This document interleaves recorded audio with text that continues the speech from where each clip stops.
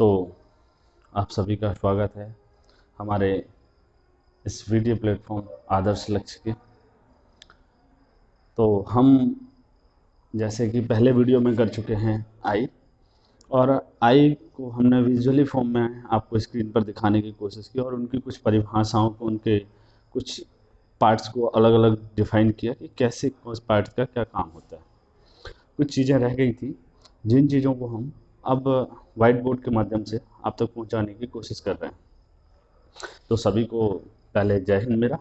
और अब हम तैयारी उस सेकेंड पार्ट की करने जा रहे हैं जिसमें हम आई की कुछ बातों को यहाँ पर डिफाइन करेंगे। तो चलिए इस कड़ी को शुरू करते हैं, आज की क्लास को कंटिन्यू करते हैं। जैसा कि बोर्ड पर आपका अब ध्यान होगा, वाइट बोर्ड में हम आई की सेकेंड्स पार्ट्स में कुछ चीज़ें जो रह गई हैं उन्हें कर लेते हैं। ये सेकेंड पार्ट है आई का। तो अब मैं जूम करने जा रहा हूँ, देखते हैं और जूम करके समझते हैं चीज़ों को। ठीक है, बहुत अच्छे, एक बार और। ठीक है, मैंने आई का डायग्राम आपके सामने बना दिया है। और आई यानी नेत्र, नेत्र, ठीक है दोस्तों, आँख भी कहते हैं हम इसे। और ये सबसे बेसिक सेंस ऑर्गन का हमारा जो है 5 ज्ञान इंद्रियों जो हमारे पास दी हैं भगवान ने, उनमें 5वीं जो ज्ञान इंद्रिय है, सबसे बड़ी ज्ञान इंद्रिय अपनी त्वचा, नाक, कान, आँख, ये 5 ज्ञान इंद्रिय अपने पास। कान, नाक, मुंह, जीवा मतलब जैसे अपन टेस्ट लेते हैं, और आँख। इन 5 चीज़ों से, ज्ञान इंद्रियों से, सेंस ऑर्गन से अपना ह्यूमन नेचर क्रिएट होता है। ह्यूमन बॉडी के ये 5 जो सेंस ऑर्गन है, ये बड़े ही इम्पोर्टेंट मायने रखते हैं। हर एक ऑर्गन का अपना एक विशेष योगदान है। उसी कड़ी में हमारा ये सेकेंड पार्ट का जो आई का था, इसमें कुछ टॉपिक को हम समझेंगे। तो आपके सामने जो ये आई बनी हुई है, ये है आईब्रो आपके ऊपर जो होती है, जो बनवाने जाती हैं जनरली हम देखते हैं गर्ल्स, और आजकल बॉयज़ भी जा रहे हैं, उसमें कोई बड़ी बात नहीं है। तो ये शेप के लिए है, सुंदरता देती है आईब्रो। ठीक है, अब हम देखते हैं कि अंदर इस यूनिट के अंदर चलते हैं और चीज़ों को समझने का प्रयास करते हैं। तो सबसे पहले मैं आँख की बात कर रहा हूँ। तो आँख के ये जो सबसे 80% वाला ये जो वाइट वाला पार्ट होता है ना, इस वाले पार्ट्स को हम बोलते हैं स्केलेरा। क्या बोलते हैं? Sclera, sclera. ठीक है, ये वाइट 80% पार्ट से ही होता है, इसमें एक द्रव भरा होता है। ये वाइट कलर का जो अपना पार्ट दिखाई देता है, इसको स्केलेरा कहते हैं, यानी श्वेत पटल। क्या? श्वेत पटल। ठीक है दोस्तों, श्वेत पटल यानी सफ़ेद भाग को हम श्वेत पटल कह रहे हैं। ये वाला सफ़ेद दिखाई दे रहा है। हम कोशिश करेंगे कि इन चीज़ों को प्रैक्टिकली आप जाइए और आईने में एक बार कोशिश कीजिए देखने की, और आपको ऐसा खोल कर देखिए तो वाइट कलर का जो पार्ट है ऊपर तक दिखाई दे रहा होगा। जनरली हमने मूवियों में देखा है, वो बाहर अगर आपको आँख दिखाई देती है तो वो 80% वाला जो पार्ट होता है वाइट वाला, वो स्केलेरा, श्वेत पटल कहलाता है। तो अब आगे बढ़ते हैं और देखते हैं ये वाली जो है, ये जो आइरिस है, ये क्या कहलाता है? Iris, IRIS, iris. आइरिस यानी होता है परितारिका। क्या होता है? परितारिका। ठीक है, इसे परितारिका कहते हैं। ठीक, यही होता है। ये अपने पास 3 कलर की होती हैं, ब्लू, ब्लैक और ब्राउन। ब्लू, ब्लैक और ब्राउन कलर की 3 तरह की होती हैं, ब्लू, ब्लैक और ब्राउन। बोर्ड पर आप देख पा रहे होंगे, एक बार थोड़ा सा और जूम कर देता हूँ मैं। ठीक है, तो ब्लू, ब्लैक और ब्राउन, ये 3 कलर के होते हैं। अब आगे चलते हैं और देखते हैं पुपिल्स। पुपिल होते हैं मतलब पुतली। ये जो पुपिल्स होती है, ये वाली, ये इसे बोलते हैं पुपिल। क्या बोलते हैं? पुपिल यानी पुतली। ये ब्लैक कलर की आपको दिखाई देगी आँख पर, ये होते हैं। तो ये अपने आँख के पार्ट्स हो गए। और इसी में हम देख लेते हैं कि मैं आपको वीडियो फॉर्म में पहले मैंने आपको विजुलाइज कराया था। यहाँ पे ये जो लाल वाला ये हिस्सा है ना, जनरली जब कोई चोट लग जाती है या कोई कीड़ा आ जाने के कारण इस इस वाले में अगर लाल हो जाती है ना, तो उसे क्या कहते हैं, कंजक्टिवा। क्या कहते हैं, कंजक्टिवा। कंजक्टिवा, इसे अपन कंजक्टिवा कहते हैं। ठीक है, तीनों चीज़ें आपको आँख का शेप मैंने बना दिया है। अब हम इसी के बात कर लेते हैं कि अगर वो पूछ ले कि आँख का व्यास कितना होता है, तो आँख का व्यास आप बताएंगे 2.3 सेंटीमीटर का आँख का व्यास होता है। कितना? 2.3 सेंटीमीटर। और ये मांसपेशियाँ, इसमें मांसपेशियों का बड़ा योगदान होता है इसमें। तो जो ये मांसपेशी होती हैं, ये मांसपेशी होती हैं छः मांसपेशियाँ इसे जकड़े हुए होती हैं। ठीक है, मतलब इसे सपोर्टिव सिस्टम का काम करती हैं। तो इसमें अगर क्वेश्चन आया कि व्यास कितना होता है, 2.3 सेंटीमीटर, और मांसपेशी की अगर बात करेगा तो 6 मांसपेशियाँ इसमें होती हैं। आगे बढ़ते हैं और आइरिस की ओर चलते हैं। तो आइरिस का जैसा हमने आपको ये बताया कि ये ब्लैक, ब्लू और ब्राउन, तीन कलर्स में आपको आइरिस दिखाई देगा, ये वाला। जनरली आप देखेंगे कि तीन कलर में आपको जनरली कभी कभार कुछ लोग मिल जाते हैं, पर जनरली ब्लैक और ब्राउन तो देखने मिलती है, पर ब्लू बहुत कम ही देखने को मिलती है। तो ये तीन कलर में आपको देखने मिलेगी। तो इसका आइरिस का क्या काम होता है? आइरिस का काम होता है आपका प्रकाश की मात्रा को नियंत्रित करना। क्या? ये वाला जो आइरिस है, ये क्या करता है? प्रकाश की मात्रा को नियंत्रित करता है। प्रकाश की मात्रा को नियंत्रित करने का, नियंत्रित करता है। ठीक है, आगे देखते हैं। आइरिस दूसरा काम क्या करती है? यह अगर अधिक प्रकाश होता है, क्या अधिक प्रकाश अगर हुआ तो यह सिकुड़ जाता है, सिकुड़ जाता है। ठीक है, और कम प्रकाश में, कम प्रकाश में यह फैल जाता है, फैल जाता है। ठीक है, तो दोस्तों हमने देखा, स्केलेरा को देखा, स्केलर श्वेत पटल अपना हो गया। आइरिस परितारिका की बात हुई, तो प्रकाश की मात्रा को नियंत्रित करने का काम करता है, इसी में प्रकाश पहले पड़ता है। और प्रकाश कितना आना चाहिए, यही डिसाइड करता है कि आँख में कितना प्रकाश आएगा। अधिक प्रकाश होगा तो सिकुड़ जाएगा, और कम प्रकाश होगा तो फैल जाएगा। मीन्स मेरे कहने का मतलब है, सिकुड़ जाना और फैल जाने का अर्थ ये है कि हम जनरली अगर अभी धूप में जाएं और धूप में कुछ देर बैठे रहें, तो बैठने के बाद ये क्या होगा, सिकुड़ जाएगा। तो इसका सिकुड़ने का फंक्शन तो ऐसा है कि आप अगर आपके सामने कोई फ्लैश से कोई फोटो खींच रहा हो आपकी, तो एक झपाक से आपकी आंख में एक लपक पैदा होती है और बंद हो जाती है झटके से। ठीक है, एकदम से कोई प्रकाश पड़ता है। जस्ट उसी तरीके से है कि आप छत पर कभी धूप में हैं और एकदम से नीचे उतर कर आते हैं धूप से, और अंदर जैसे ही कमरे के अंदर प्रवेश करते हैं तो आपको कुछ दिखाई नहीं देता। उसका कारण क्या है? जो ये वाला फंक्शन है ना आइरिस का, ये आइरिस का जो फंक्शन है ये, और उसके साथ में पुपिल्स का भी वही काम है। पुपिल्स भी अधिक प्रकाश में सिकुड़ेगी और कम प्रकाश में फैलेगी।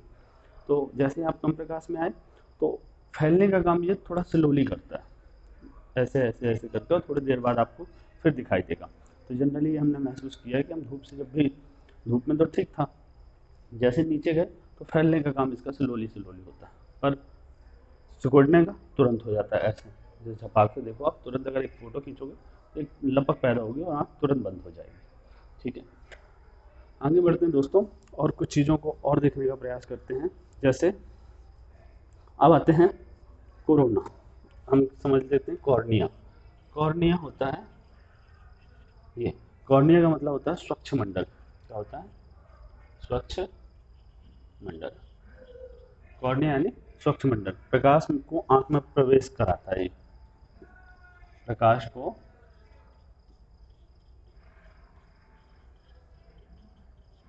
प्रकाश को आंख में प्रवेश कराता है, और यही पार्ट है जो नेत्रदान में का विशेष, इसी को बोलते हैं कि नेत्रदान करने में इसी को दिया जाता है। तो क्वेश्चन है कि नेत्रदान में कौन से मांसपेशी का योगदान होता है, तो कॉर्निया का होता है। कॉर्निया अपन दान करते हैं, ये प्रकाश को प्रवेश कराता है कि कितना प्रकाश को अंदर जाने का, सबसे पहले इसी में प्रकाश की पहली किरण पड़ती है कॉर्निया पर। ठीक है, तो आगे हम देखेंगे कहाँ पर क्या है। अब हम आगे बढ़ते हैं और एक एक पार्ट्स को मैं आपको डिफाइन करता हूँ। आँख की दूसरी आकृति को मैं यहाँ पर बनाता हूँ, और कोशिश करता हूँ कि आगे समझाने की कि किस चीज़ में क्या फंक्शन है किस चीज़ का। तो हम इसे इरेज करते हैं और आगे आप चलते हैं, देखते हैं। ठीक है, यहाँ आपको पूरा हो गया। चलिए, तो आई की ये वाली क्लास में हमने देखा। अब हम आगे बढ़ रहे हैं। एक बार आप इस वीडियो को देख लें, इसके बाद ही नोट करें, चीज़ों को आप समझ लें, फिर इसके बाद आप नोट करते चलें। मैं आई का दूसरा शेप बनाने जा रहा हूँ समझाने के लिए आपको। ठीक है, तो समझने का प्रयास कीजिएगा।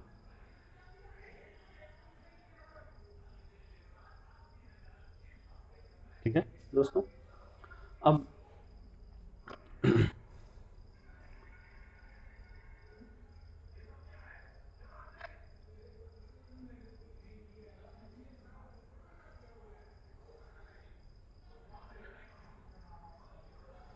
इसी को यहाँ बना देते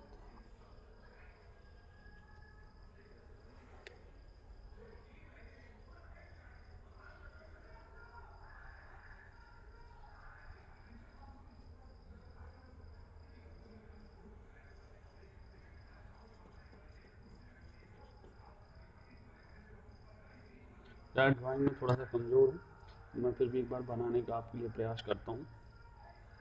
ठीक है, और देखते हैं।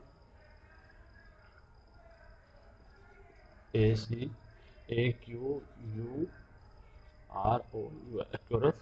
Humerus, HUMOURS। ठीक है, और यहाँ पर एक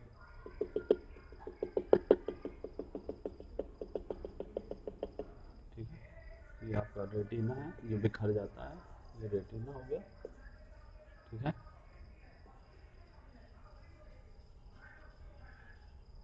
हम्म, इस वाले को मैक्यूला बोलेंगे, मैक्यूला, मैक्यूला। ठीक है, इसको बोलेंगे CHO क्लोराइड।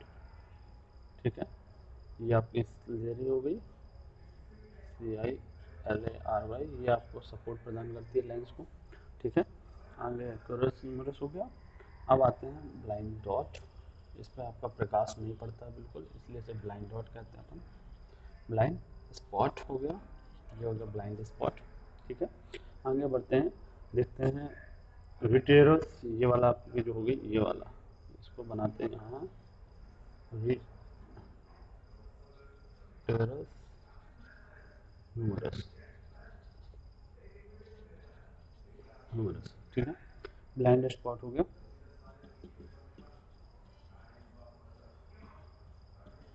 ठीक है, मैकुला हो गया अपना। मैकुला के बाद यहाँ पे एक रेटिना बना देते हैं अपन, रेटिना। ठीक है, ऑप्टिक नर्वस, ये वाली ऑप्टिक नर्वस हो गई, नर्वस। ठीक है दोस्तों, मैंने आपके लिए, सुंदर नहीं है पर हाँ, आँख का शेप है कुछ, तो आप समझाता हूँ मैं आपको, इसको आगे लेकर चलते हैं और देखते हैं कि क्या क्या है इसमें, हम देख लेते हैं। ठीक है, तो सबसे पहले इसमें हम देखते हैं, ये वाले लेंस की बात करते हैं। क्या लेंस, LENS, लेंस। हाँ, तो लेंस का फंक्शन देखते जा रहे हैं। तो लेंस में क्या होता है वो देख लेते हैं। मेरे को लगता है अपन ने पुपिल्स हो गया था अपना। ठीक है, अपन पुपिल्स के बारे में थोड़ा सा जान लेते हैं, कि क्योंकि पुपिल्स मुझे लग रहा है कि पहले अपन छोड़ चुके हैं। तो पुपिल्स यानी वो पुतली, पुतली का थोड़ा सा फंक्शन मैं यहाँ लिख देता हूँ आपका। पुतली का ठीक उसी तरीके से फंक्शन है जैसा कि हमने आयरिस का देखा था। आयरिस में क्या होता है, तो हमने जनरली पुतली में आपको बताता हूँ कि पुतली ये ब्लैक कलर की होती है। क्या हमने देखा होगा, ये आयरिस के अंदर वाली जो हिस्सा है उसको हम पुतली कहते हैं। तो पुतली ये ब्लैक कलर की मिलेगी, और प्रकाश में लेंस इसी से प्रवेश होता है। क्या है, प्रकाश में लेंस में प्रवेश, प्रकाश में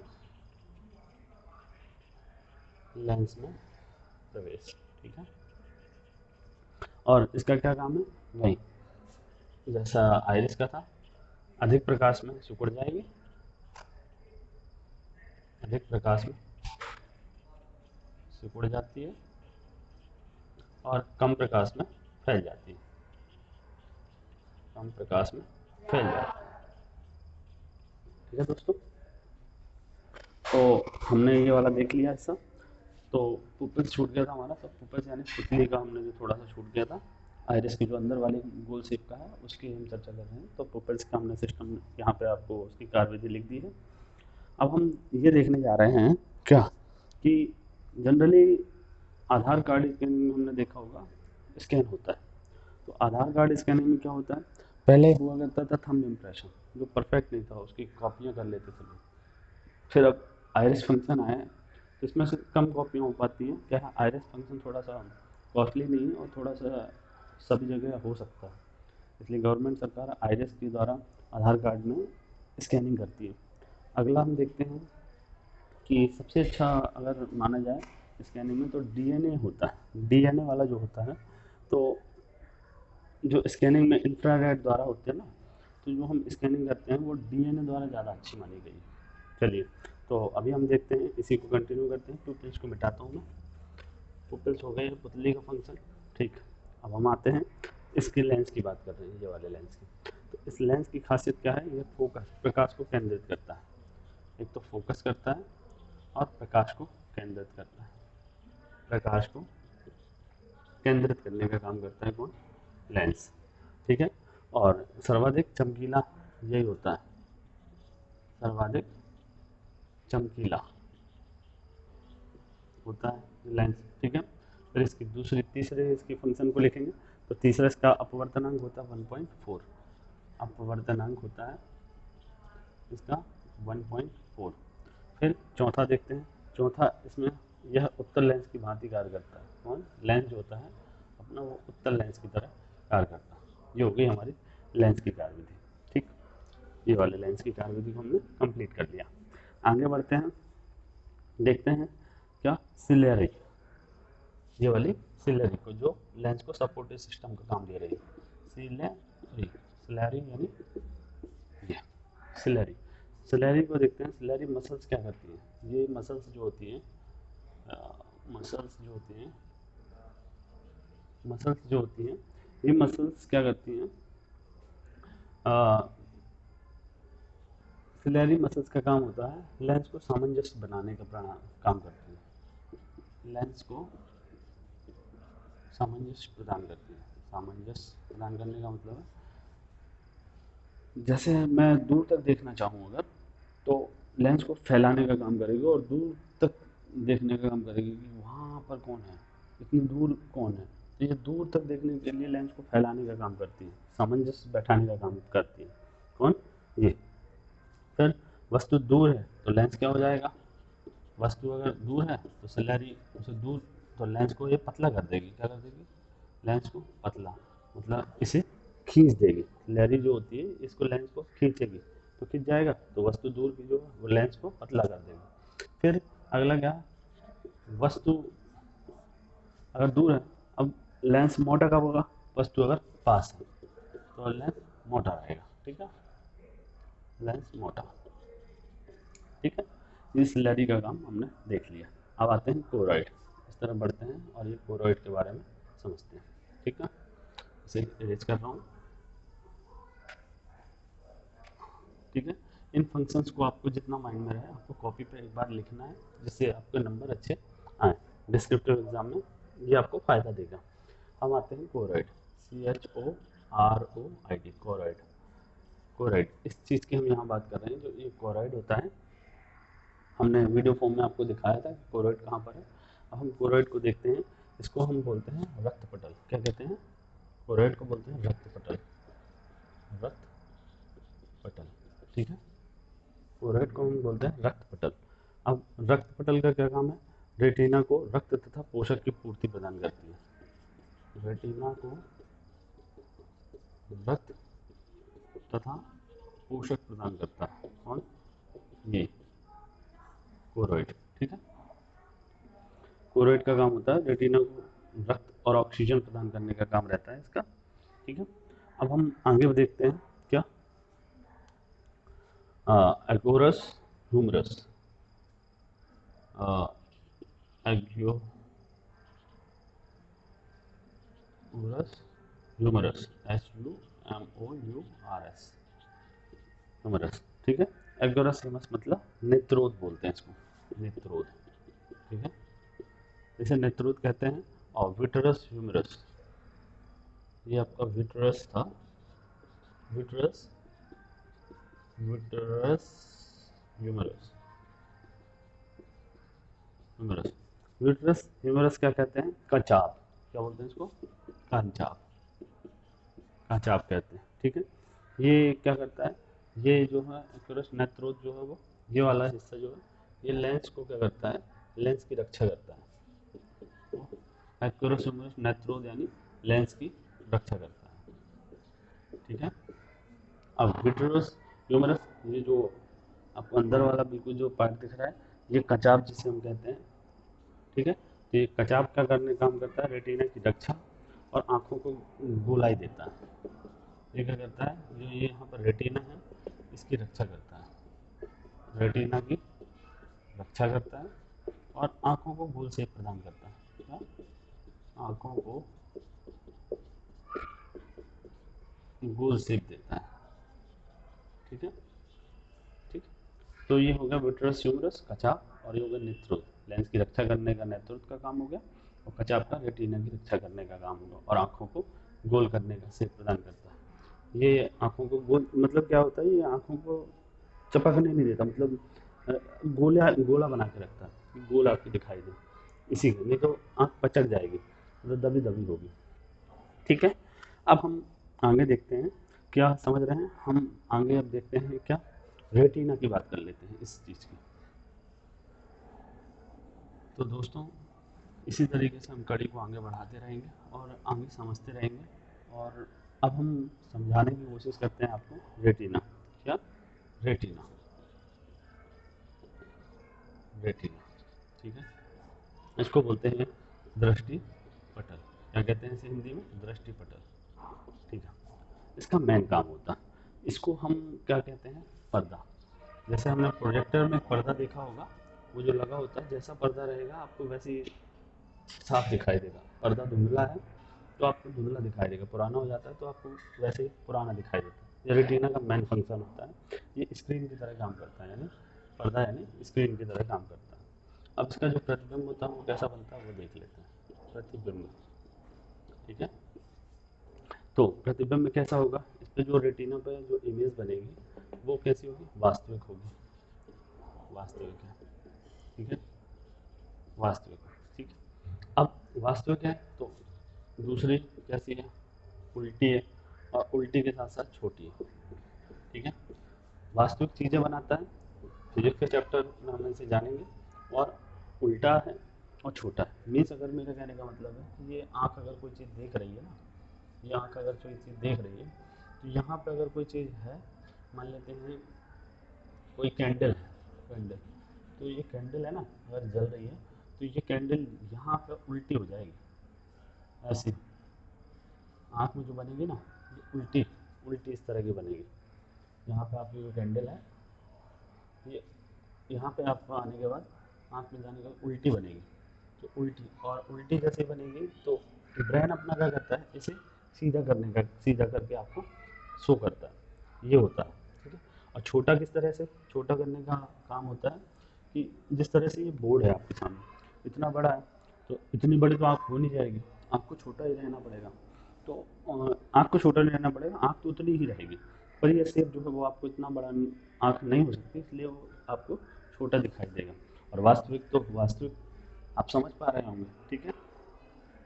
आगे बढ़ते हैं और देखते हैं येलो स्पॉट और मैकुला, इसकी बात करते हैं कि ये मैकुला क्या काम करता है, ये वाला, ये मैकुला, ठीक है। अब हम मैकुला के बारे में चर्चा कर रहे होंगे, जैसे पीत बिंदु कहते हैं, क्या कहते हैं, मैकुला, येलो स्पॉट बोलते हैं इसे, येलो स्पॉट या कि मैकुला, मैकुला, ठीक है।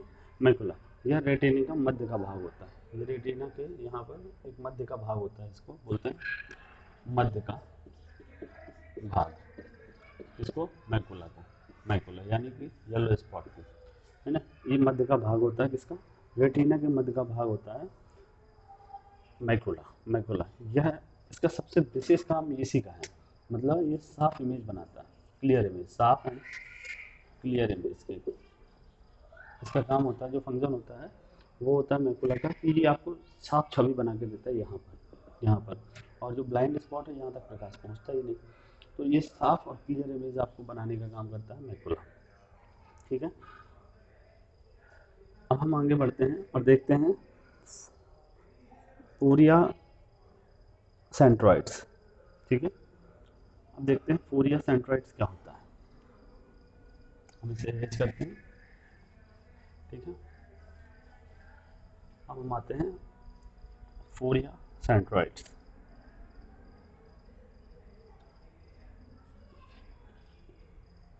Phoria centrioles, RIOL, phoria centrioles. Phoria centrioles को समझेंगे और जानेंगे कि ये क्या होता है। फोरिया सेंट्रियोल्स को देखते हैं और अब हम समझने की कोशिश करेंगे कि ये फोरिया सेंट्रियोल्स होता क्या है। ये होता है मैकुला जो होता है ना, फोरिया सेंट्रियोल जो होता है वो मैकुला का एक अंदर का एक गर्त होता है पॉइंट। मैकुला के अंदर एक गर्त पॉइंट होता है, गर्त पॉइंट होता है। ठीक है, और जो ये फोरिया सेंट्रियोल्स है ये क्या करता है, अंदर वाले, ये एक पैनी नज़र वाला काम करता है। पैनी नज़र का अर्थ समझना, एक गुलेल वाले को आपने देखा होगा, जब गुलेल वाला निशाना लगाता है इस तरह से तो वो अपनी आँख को बिल्कुल केंद्रित करता है। केंद्रित करने का मतलब है कि आपके मैकुला के अंदर वाले पॉइंट पे जाके, जैसे हम बोलते हैं फोरिया सेंट्रॉइड्स, उस पे जाके हम पैनी बिल्कुल नज़र करते हैं और उसके बाद, या कि आपने साफ शूटर को देखा होगा तो वो शूटर इसी पॉइंट्स का यूज करते हैं और बिल्कुल पैनी जब आपका पॉइंट हो जाता है उसके बाद गन का पॉइंट बनाते हैं। तो ये हो गया मैकुला के अंदर का गर्त पॉइंट को आपने कहा है, जो पैनी नज़र का काम करता है। इसको बोलते हैं फोरिया सेंट्रियोल्स। क्या बोलते हैं? Phoria centrioles. ठीक है, आगे बढ़ते हैं और देखते हैं क्या, अब हम देखने जा रहे हैं ब्लाइंड स्पॉट के बारे में। क्या? ये ब्लाइंड स्पॉट जहाँ पर प्रकाश बिल्कुल भी नहीं पहुँचता, इसको बोलते हैं अंध बिंदु। क्या? Blind spot. क्या कहते हैं? ब्लाइंड स्पॉट मतलब अंध बिंदु। क्या कहते हैं? अंध बिंदु। ठीक है, अंध बिंदु यहाँ ऑप्टिक नर्व्स आकर रेटिना में प्रवेश करती है। यहाँ ऑप्टिक नर्व्स आकर रेटिना में प्रवेश करती है। ठीक है, करती है। तो अंध बिंदु, ये ब्लाइंड स्पॉट का यहाँ पर क्या है, प्रकाश नहीं पहुँचता, तो ये रेटिना में प्रवेश करती है। कहाँ? ऑप्टिक नर्व्स आकर रेटिना में, यहाँ पर ये ऑप्टिक नर्व से यहाँ आके और यहाँ पर प्रवेश करती है। ठीक है, यहाँ प्रकाश बिल्कुल नहीं पहुँच पाता। तो अगर पूछा जाए कि ब्लाइंड स्पॉट पर प्रकाश पहुँचता है क्या, तो ब्लाइंड स्पॉट पर प्रकाश बिल्कुल भी नहीं पहुँचता है। ठीक है, आगे देखते हैं और अब अगले पॉइंट्स की बात कर रहे होंगे। अगला पॉइंट हमारा ऑप्टिक नर्व्स। क्या है? Optic nerves. ठीक है, अब हम देखते हैं ऑप्टिक नर्व्स। ठीक है, ऑप्टिक नर्व्स को समझने की कोशिश करते हैं कि ऑप्टिक नर्व्स का फंक्शन क्या है। ऑप्टिक नर्व्स का मतलब होता है प्रकाशिक तंतु। क्या होता है? प्रकाशिक तंतु, ऑप्टिक नर्व्स। ठीक है, रेटिना पर बने इमेज को ब्रेन में ले जाने का काम करते हैं ये ऑप्टिक नर्व्स जो है। रेटिना पर बनी इमेज को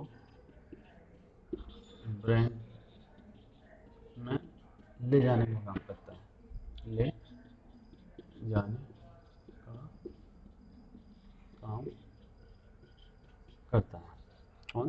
प्रकाशिक तंतु। प्रकाशिक तंतु के माध्यम से ही ब्रेन तक आपकी कोई इमेज जो आप देखते हो वो ब्रेन तक पहुंचती है। ठीक है, अब हम आते हैं ऑप्टिक नर्व्स की चर्चा कर रहे हैं और ऑप्टिक नर्व्स को जानने की कोशिश करेंगे कि ऑप्टिक नर्व्स कितने तरीके की होती हैं। ऑप्टिक नर्व्स होती हैं दो तरह की, ठीक है। दो तरीके से हम देखेंगे कौन कौन सी होती है। ये दो प्रकार हैं अपने, दो प्रकार के, ठीक है। कौन कौन से प्रकार हैं उन्हें देख लेते हैं।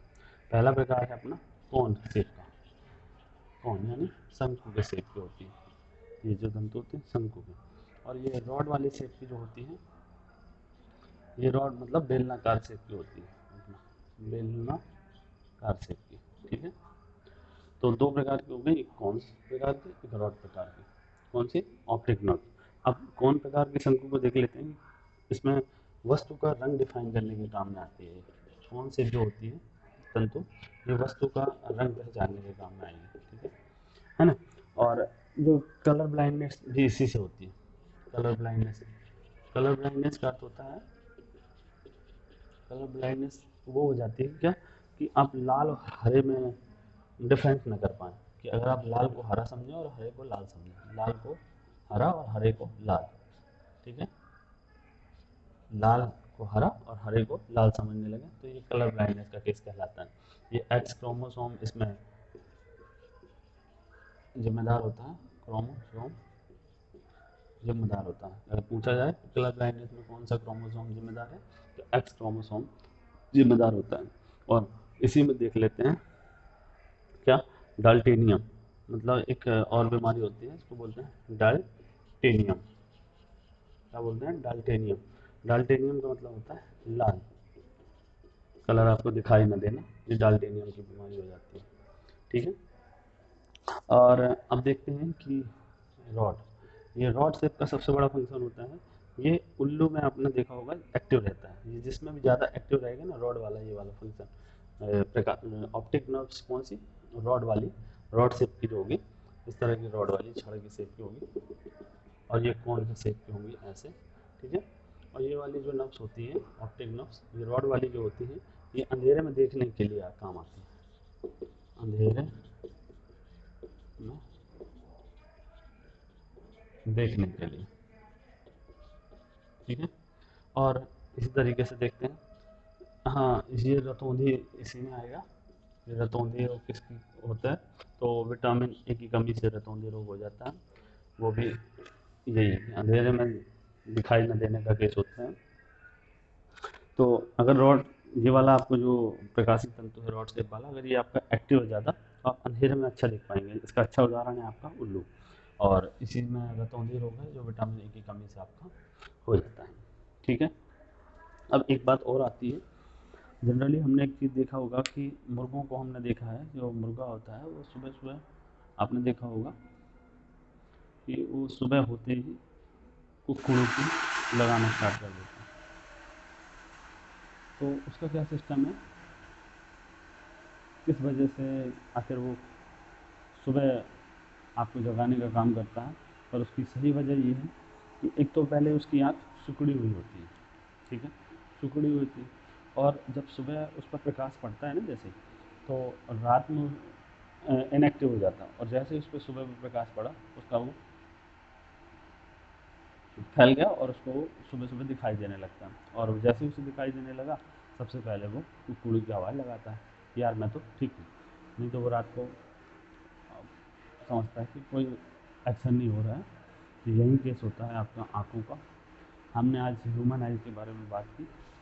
आगे हम अगर और कुछ छूटा होगा तो हम इस पर चर्चा करेंगे। और आप विशेष ध्यान रखें कि अगर आप डिस्क्रिप्टिव एग्ज़ाम की तैयारी कर रहे हैं तो इन पॉइंट को ध्यान में रखें, और इन पॉइंट्स के बारे में विशेष ध्यान रखते हुए अगली तैयारी पर कंसंट्रेट करें कि हमें कैसे एग्ज़ाम पर लिखना है। डिस्क्रिप्टिव एग्ज़ाम में हो सकता है कुछ चीज़ें छूट गई हों, पर आशा करते हैं कि अगले कुछ एग्ज़ामों में हम अगले कुछ प्रयासों के साथ आपको कुछ वीडियो के साथ मिलते रहेंगे।